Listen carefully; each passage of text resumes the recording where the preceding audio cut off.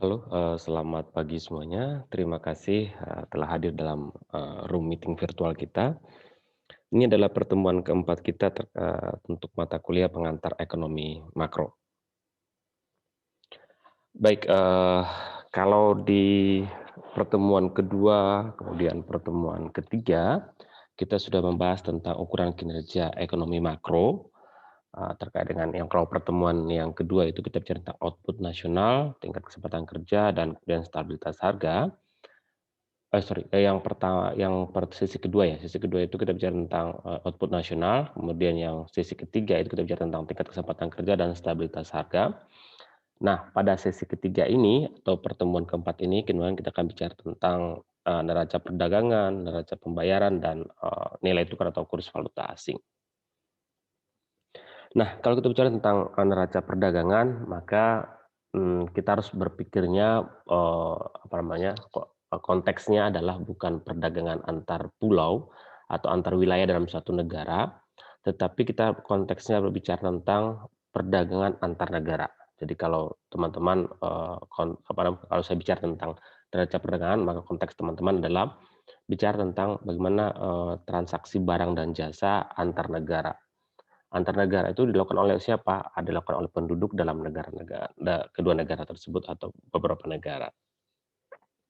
Nah, sebenarnya kalau kita bicara tentang, neraca perdagangan, maka teman-teman harus ada 2 istilah yang kemudian harus teman-teman pahami, yaitu kemudian istilah terkait dengan ekspor, ini ada ekspor, dan yang kedua adalah terkait dengan impor.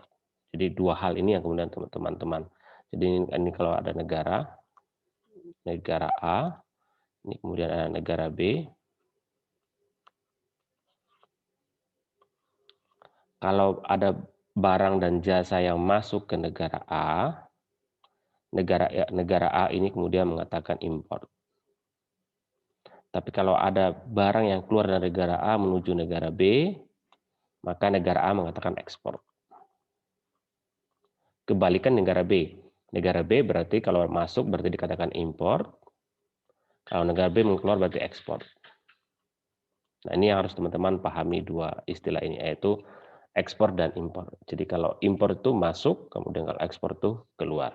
Jadi kemudian kalau kita bicara tentang, balance of trade, maka kemudian keseimbangan antara ekspor dan impor. Jadi kemudian kalau kita dalam persamaan nanti teman-teman akan belajar tentang persamaan 4 sektor, maka kita bicara tentang Y, kalau teman-teman nanti ini Y sama dengan C plus I plus G plus, eee, NX atau net ekspor. Net ekspor itu adalah artinya bahwa ekspor dikurangi dengan impor. Ini yang kemudian nanti harus, teman-teman pahami.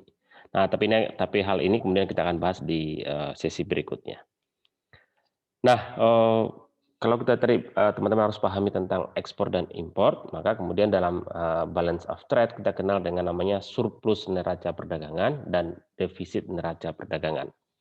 Kembali lagi bahwa kalau kita katakan surplus, ini surplus itu artinya baru lebih, defisit itu berarti artinya kurang, kalau surplus berarti artinya apa? Ekspor itu kemudian lebih besar daripada impor. Tetapi kalau defisit berarti ekspor kurang dari impor. Nah, ini harus dipahami ya. Jadi kalau saya katakan surplus neraca perdagangan, berarti teman-teman dalam pemikirannya bahwa itu adalah ekspor itu harus lebih besar daripada impor. Defisit neraca perdagangan artinya bahwa ekspor itu kemudian lebih kecil daripada impor.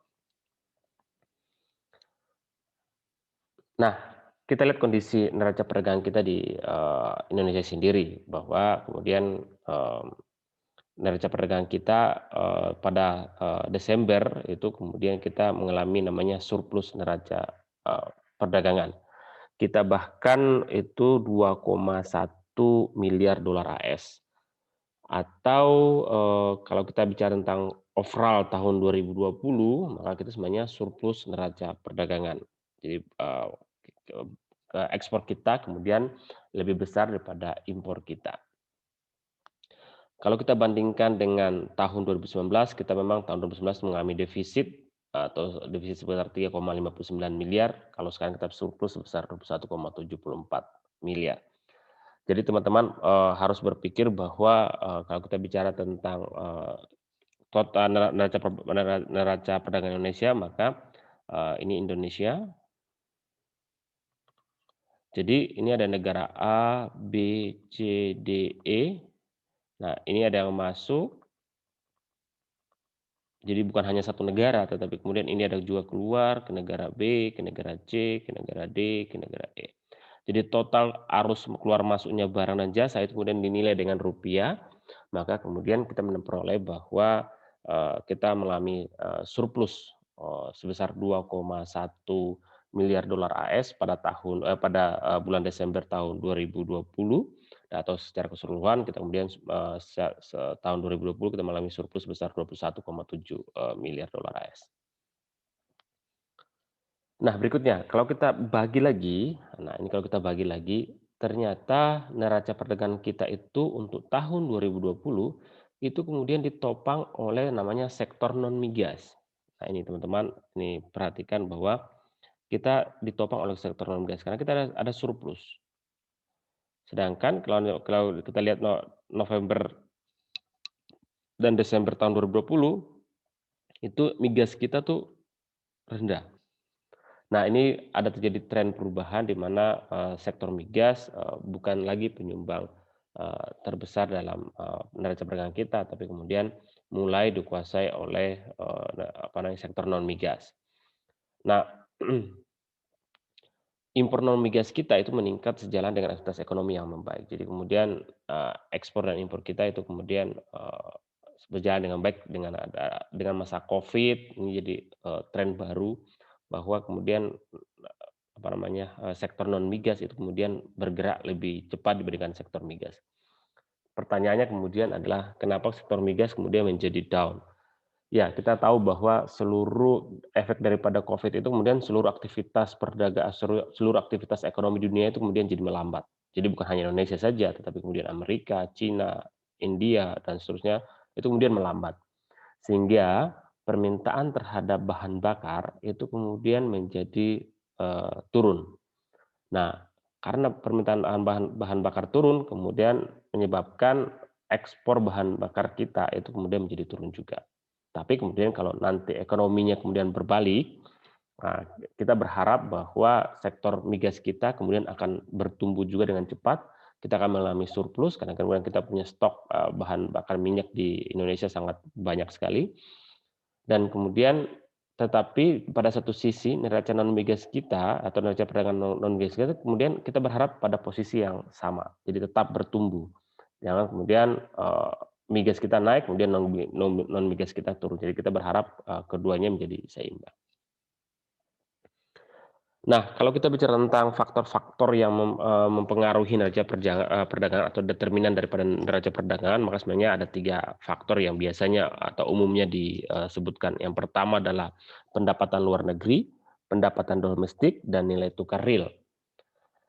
Eee, kalau kita bicara tentang pendapatan luar negeri, kita mengatakan bahwa kalau suatu negara itu negara di luar ya, kalau kita bicara tentang Indonesia, contohnya, simpelnya saya ambil simpel tapi bukan, mensimplifikasi daripada persoalan.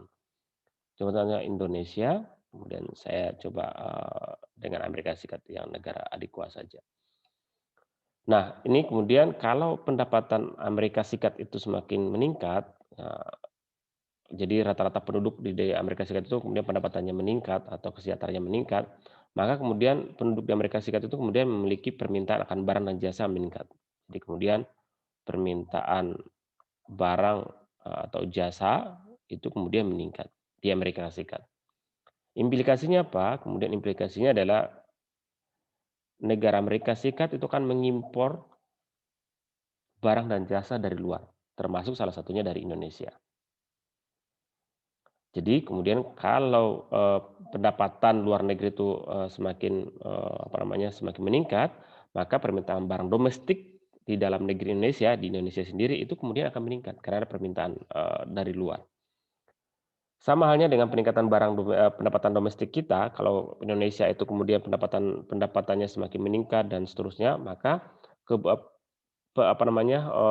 konsumsi barang dan jasa itu kemudian akan semakin meningkat. Kalau konsumsi barang dan jasa itu semakin meningkat dan tidak bisa dipenuhi oleh Indonesia, maka apa yang terjadi? Impor kita akan menjadi meningkat. Yang ketiga itu terkait dengan nilai tukar real. Nah, kalau nilai tukar kita atau, eee eee, rupiah kita itu semakin melamah dan, seterusnya, maka kemudian nilai permintaan akan barang dan jasa yang berasal dari luar negeri itu akan semakin berkurang. Jadi kalau nilai tukar kita semakin, melemah gitu, maka permintaan barang. Sebaliknya kalau nilai tukar kita itu semakin menguat, maka permintaan barang dari luar negeri atau impor kita itu akan semakin meningkat. Jadi, trade off. Jadi kemudian kalau nilai tukar itu semakin menguat, kemudian permintaan akan barang-barang dari luar negeri itu akan semakin tinggi, kemudian impor kita akan meningkat. Nah, kalau kita bicara ada satu, hal lagi terkait dengan faktor-faktor yang mempengaruhi neraca perdagangan. Salah satunya adalah kebijakan perdagangan luar negeri. Hal ini kemudian menjadi, bukan hal yang umum karena itu kemudian spesifikasi pada masing-masing negara. Contohnya kalau, kita bicara tentang kebijakan perdagangan luar negeri, kalau Krugman dan Obstfeld dan, Melitz itu tahun 2008, itu mengatakan bahwa sebenarnya, kebijakan perdagangan luar negeri itu kemudian ada dua hal. Pertama adalah tarif, yang kedua adalah non-tarif. Tarif dan non-tarif. Non-tarif itu kemudian ada subsidi ekspor, kuota impor, prasyarat kandungan lokal, kira-kira 3 hal itu yang kemudian menjadi, fokus daripada Krugman dan kawan-kawannya. Nah, kalau kita bahas satu-satu ya, kalau kita bicara tentang tarif. Jadi kemudian teman-teman, pahami bahwa barang dan jasa yang masuk ke Indonesia itu kemudian dikenakan tarif.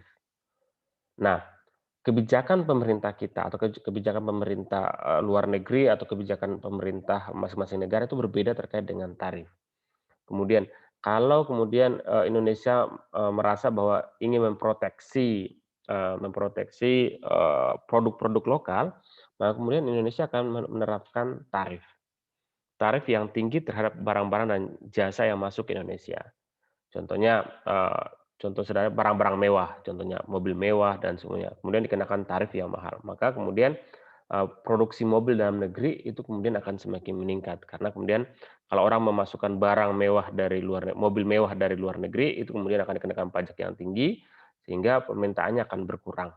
Nah, ini salah satu bentuk cara proteksi, terhadap, produk lokal. Atau, proteksi terhadap, atau cara untuk, bagaimana mengatasi impor yang berlebih masuk ke kita, ke suatu negara. Yang kedua yaitu non tarif, kita akan bahas satu pertama subsidi ekspor.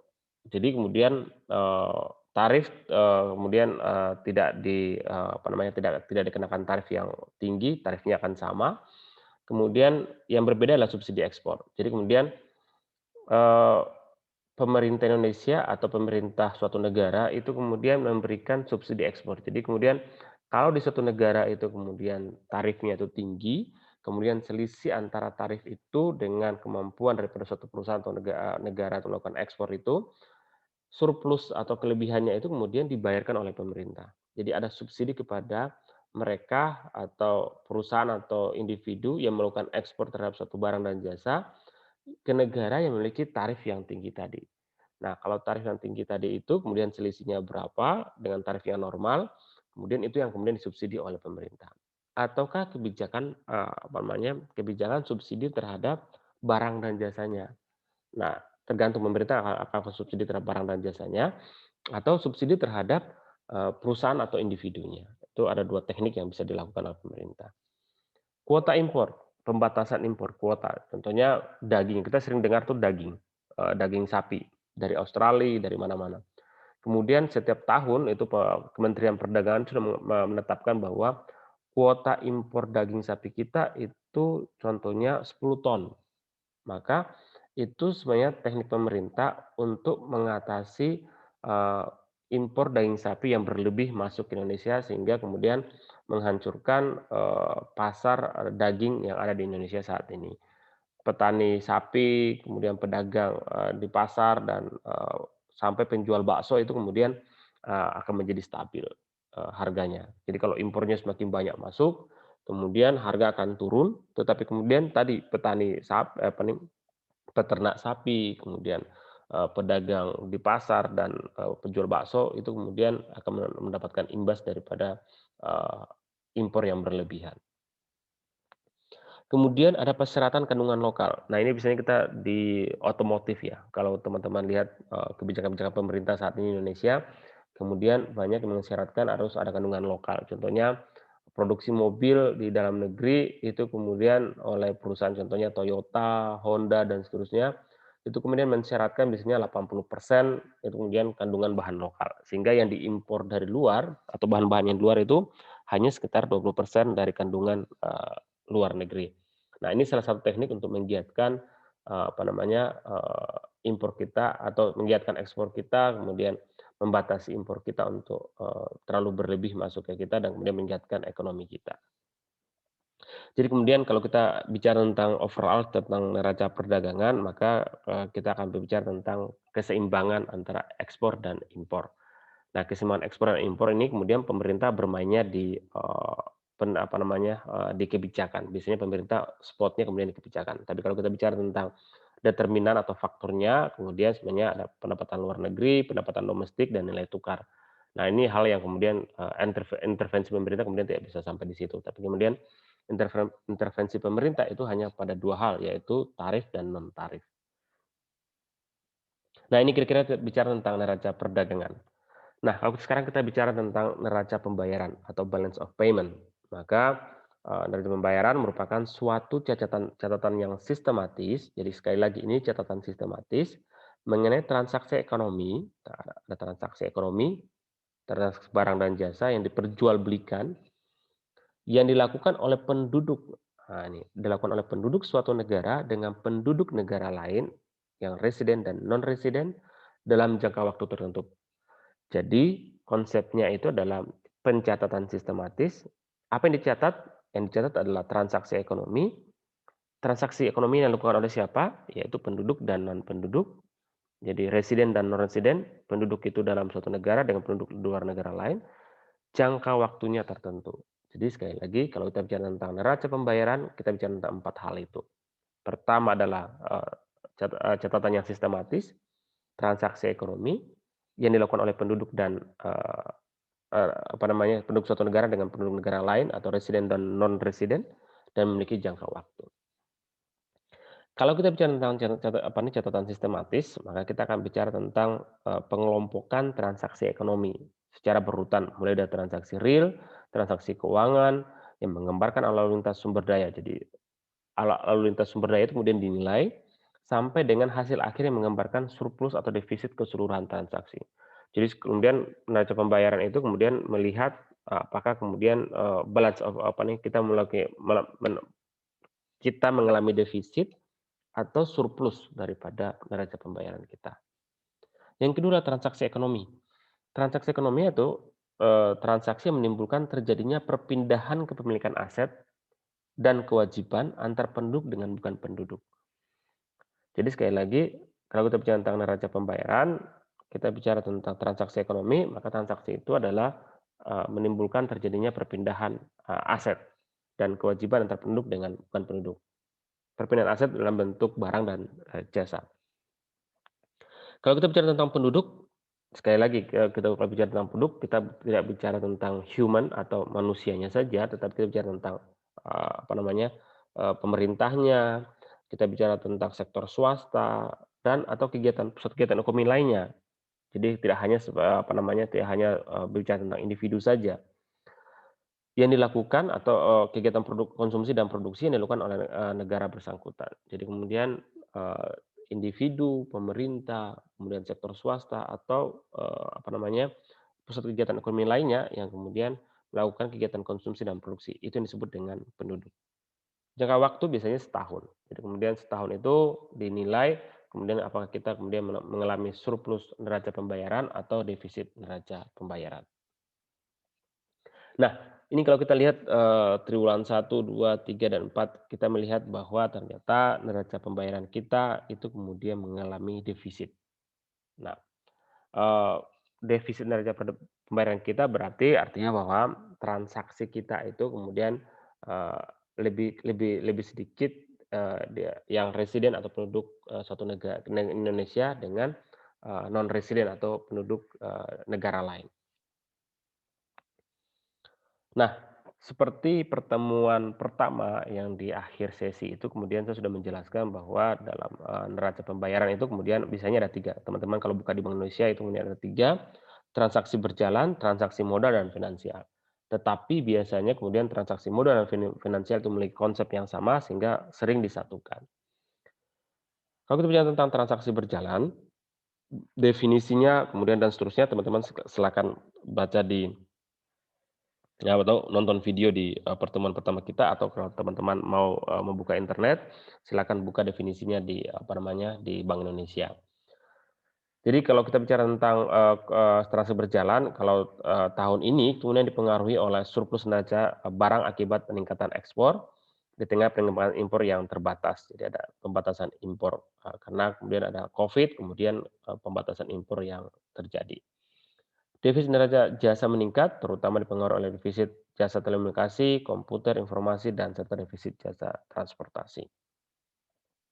Kemudian kalau kita bicara tentang transaksi modal dan finansial, kemudian kita juga sama, kita mengalami defisit tahun 2020 di triwulan keempat, walaupun triwulan kedua dan triwulan ketiga itu surplus, tapi kemudian kalau kita bicara tentang transaksi modal dan finansial, kita bicara tentang transaksi langsung atau investasi langsung, itu terutama, dalam bentuk instrumen modal ekuitas, kemudian, investasi portofolio surplus terutama didorong oleh aliran masuk modal, jadi ada aliran masuk modal ke Indonesia atau penanaman modal asing, kemudian ada, surat utang negara, kemudian, kalau kita bicara tentang defisitnya itu akibat, peningkatan pembayaran pinjaman yang jatuh tempo. Jadi kemudian, ada apa namanya, ada Indonesia punya utang yang kemudian jatuh tempo setiap tahunnya, kemudian itu harus dibayarkan sehingga itu mempengaruhi, defisit daripada neraca pembayaran kita. Terakhir, kita bicara tentang nilai tukar, ini konsep terakhir daripada salah satu indikator atau ukuran ekonomi makro, nilai tukar. Kalau nilai tukar kita yang stabil, kemudian yang baik, kemudian atau lebih menguat, maka kemudian perekonomian kita akan semakin baik. Nah, nilai tukar itu terjadi pada saat terjadinya transaksi jual beli barang dan jasa antara penduduk pada negara yang berbeda dengan mata uang yang berbeda. Jadi nilai tukar itu digunakan untuk membalansingkan atau menyamakan mata uang antara negara. Nah, dalam perekonomian global yang semakin terintegrasi saat ini, kemudian perpindahan mata uang itu semakin, tidak terkendali. Jadi kemudian bergeraknya sangat cepat.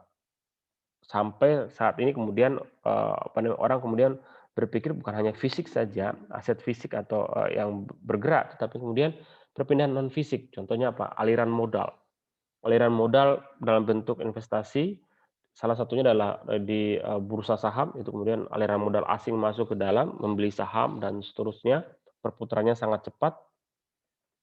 Dan kemudian kalau negara kita itu, termasuk dalam negara-negara yang rentan terhadap arus balik modal dan kegiatan spekulasi, maka kemudian kejadiannya kemudian akan muncul seperti kasus, tahun 90-an, di, Amerika, Amerika Selatan, dan kemudian tahun 98 dan tahun 99 itu kemudian terjadi di Asia, termasuk salah satunya dampak yang kita rasakan yaitu krisis ekonomi pada tahun 98. Nah, itu karena apa? Ada arus balik modal. Jadi contohnya gini, kemudian, orang luar negeri itu kemudian memiliki modal yang sangat besar, kemudian memborong saham di dalam negeri. Ketika memborong saham dalam negeri, kemudian nilai tukar kita kemudian akan menguat pada saat itu. Karena kemudian, permintaan terhadap mata uang negara kita itu semakin tinggi dan kemudian, eee, nilai tukar kita akan semakin, menguat. Tetapi begitu, orang-orang luar negeri itu atau perusahaan-perusahaan luar itu kemudian melakukan ras atau penarikan kembali modal. Jadi mengambil semua modalnya kembali dan melakukan investasi di negara lain karena ada kebijakan apa, terkait dengan kebijakan pemerintah lokal dan sebagainya. kemudian menarik kembali uangnya. Nah, begitu menarik kembali uangnya, maka apa yang terjadi? Permintaan terhadap mata uang dolar sebagai alat tukar itu semakin meningkat dalam negeri. Akibatnya apa? Nilai tukar rupiah kita akan semakin lemah. Kalau lemah, maka kemudian terjadi krisis ekonomi seperti tahun 98, 99 jika fundamental keuangan kita kemudian menjadi lemah. Jadi ini memang salah satu perhatian serius dari pemerintah untuk tetap menjaga bagaimana nilai tukar itu kemudian menjadi stabil. Jadi kemudian aksi spekulasi dan arus balik modal itu kemudian sangat bisa diatasi oleh pemerintah. Kalau kita bicara tentang sistem nilai tukar, kemudian kita akan mendapatkan 3 sistem. Pertama adalah fixed exchange rate atau sistem nilai tukar tetap, dan yang kedua adalah floating exchange rate atau sistem nilai tukar yang mengambang, dan yang ketiga adalah managed floating exchange rate atau sistem nilai tukar mengambang terkendali. Fixed exchange rate itu pada satu sisi, kalau kita bilang sisi kiri, itu kemudian menetapkan kurs nilai uang atau nilai tukar tertentu, misalnya nilai tukar rupiah terhadap mata uang dolar Amerika Serikat dipatok 8.000 per dolar. Jadi kemudian suatu pemerintah menetapkan nilai tersebut. Nah, kalau terjadi peningkatan nilai tukar, contohnya 8.000 menjadi 8.500 atau menjadi 9.000. Nah, selisihnya itu kemudian diambil daripada keuangan pemerintah. Jadi kemudian pemerintah berusaha untuk bagaimana fixed exchange rate atau nilai tukarnya itu kemudian menjadi tetap. Tapi kemudian bahkan mungkin saat ini tidak ada negara yang kemudian menetapkan fixed exchange rate. Yang kedua adalah floating exchange rate, sistem nilai tukar mengambang. Artinya bahwa Pak, nilai tukar dibiarkan bergerak sesuai dengan kekuatan pemerintah dan kekuatan permintaan dan penawaran yang terjadi di pasar. Jadi kemudian berapapun nilai tukarnya itu kemudian tergantung pada permintaan dan penawaran yang terjadi di pasar. Nilai tukar akan menguat apabila terjadi kelebihan penawaran valuta asing, dan sebaliknya nilai tukar mata uang domestik akan melemah bila terjadi kelebihan permintaan valuta asing. Jadi kemudian bicara tentang permintaan dan penawaran valuta asing. Ini mungkin kurang ya, nanti saya tambahkan. Ini permintaan.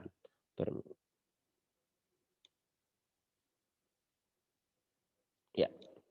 Jadi kemudian nilai tukar akan menguat apabila terjadi kelebihan penawaran valuta asing, dan yang sebaliknya nilai tukar mata uang domestik itu akan melemah apabila terjadi kelebihan permintaan valuta asing.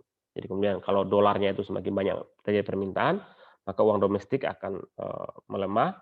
Tetapi kemudian kalau valuta asing atau dolarnya itu semakin tinggi, semakin berlebih di pasar, maka kemudian nilai tukar rupiah kita akan semakin menguat. Nah, yang terakhir, yang tadi saya katakan bahwa fixed exchange rate atau nilai tukar tetap itu di sisi kiri, floating exchange rate itu kemudian nilai tukar yang mengambang itu sebelah kanan, maka kemudian ada satu nilai tukar atau sistem nilai tukar yang terjadi, yaitu sistem nilai tukar mengambang terkendali. Jadi berada pada tengah-tengah, jadi tidak ke kiri maupun tidak ke kanan. Dia tidak ke nilai sistem nilai tukar tetap, tapi juga tidak kepada sistem nilai tukar mengambang. Nah, bank sentral menetapkan batasan satu kisaran tertentu dalam pergerakan nilai tukar yang disebut intervention band atau batas pita nilai investasi. Jadi kemudian, oke, ini tadi seperti ini. Oke, sorry. Bank sentral menetapkan batas suatu kisaran tertentu dari pergerakan nilai tukar yang disebut dengan intervention band atau batas pita intervensi. Artinya apa? Bahwa kalau tadi di sisi kiri itu atau yang sistem nilai tukar tetap tadi itu pemerintah sudah menetapkan oke 8.000. Tapi yang satu sisinya tadi, yang sisi kanan tadi itu kemudian oke biarkan aja pasar yang menentukan. Nah, yang di tengah-tengah ini kemudian pemerintah sudah menetapkan bahwa saya memiliki batas maksimal toleransi terhadap nilai tukar. Contohnya saya memiliki nilai batas toleransi atau 15.000. Tetapi kemudian kalau di bawah 5.000 biarkan pasar yang bekerja. Tetapi kalau di atas 5.000 maka kemudian intervensi pemerintah berlaku, yaitu menggunakan sistem nilai tukar tetap. Jadi batasnya 15.000. Begitu 15.000 kemudian pemerintah turun tangan. Nah, Ini yang disebut dengan namanya sistem nilai tukar pengambang terkendali. Pertanyaannya, Indonesia kemudian menganut pada sistem mana? Nah, Indonesia pada saat ini menganut pada sistem nilai tukar yang mengambang, yaitu bergerak sesuai dengan kekuatan permintaan dan penawaran yang terjadi di pasar. Kita lihat perkembangan nilai tukar kita, kalau teman-teman lihat saat ini sampai dengan 5 Maret 2021 itu kita berada pada 14.400. Ini pergerakannya itu kemudian menjadi fluktuatif, tapi kemudian mulai dari 22 Februari itu kemudian cenderung mengalami peningkatan. Nah, kalau kemudian nilai tukar itu semakin melemah, akibatnya apa sebenarnya? Pertanyaan kan akibatnya apa? Maka kalau nilai tukar itu semakin melemah, maka eh, pendapatan real daripada suatu penduduk, sekali lagi penduduk pemerintah, swasta, dan individu, itu kemudian menurun. Jadi kalau saya dulu bisa beli, dengan uang gaji saya, contohnya gaji saya 5 juta, kemudian, saya bisa membeli 10 kilogram daging sapi, tapi kalau nilai tukarnya itu semakin melemah, maka 5 juta tadi itu saya hanya bisa membeli 9 kilogram daging sapi. Nah, ini yang menyebabkan, konsumsi kita akan menjadi turun. Nah, kalau konsumsi turun, kemudian permintaan domestik kemudian akan turun juga, kemudian ekonomi kita kemudian akan menjadi melambat. Nah, kalau ekonomi melambat, akibatnya adalah pertumbuhan ekonomi kita kemudian menjadi, menjadi terganggu. Nah, kira-kira ini yang, saya bisa jelaskan mulai daripada neraca perdagangan, kemudian, kita bicara tentang neraca pembayaran dan kemudian nilai tukar. Ketiga hal ini kemudian berbicara tentang bagaimana peran sektor luar negeri. Jadi kita bicara tentang hubungan antar dua negara, kita bicara tentang transaksi antar dua negara, transaksi barang dan jasa, kemudian, transaksi keuangan, dan kemudian terakhir adalah bagaimana peran daripada nilai tukar. Baik teman-teman, kira-kira itu yang saya bisa jelaskan. Jika ada pertanyaan, silakan menggunakan, voice recorder, yang tersedia di WA Group, tolong dikirim ke grup, jangan ke, eee, Japri, karena kemudian kalau di Japri kemudian tidak bisa terekod dengan baik. Baik, itu yang saya bisa dapat jelaskan. Selamat, mengikuti kuliah ini. Silakan membuka, website Bank Indonesia atau di Google itu banyak sekali, berita terkait dengan neraca pembayaran, kemudian, neraca perdagangan maupun terkait dengan nilai tukar. Saya open discuss, silakan nanti pada akhir sesi kemudian saya akan menjawab beberapa pertanyaan dari teman-teman semuanya. Selamat, pagi semuanya.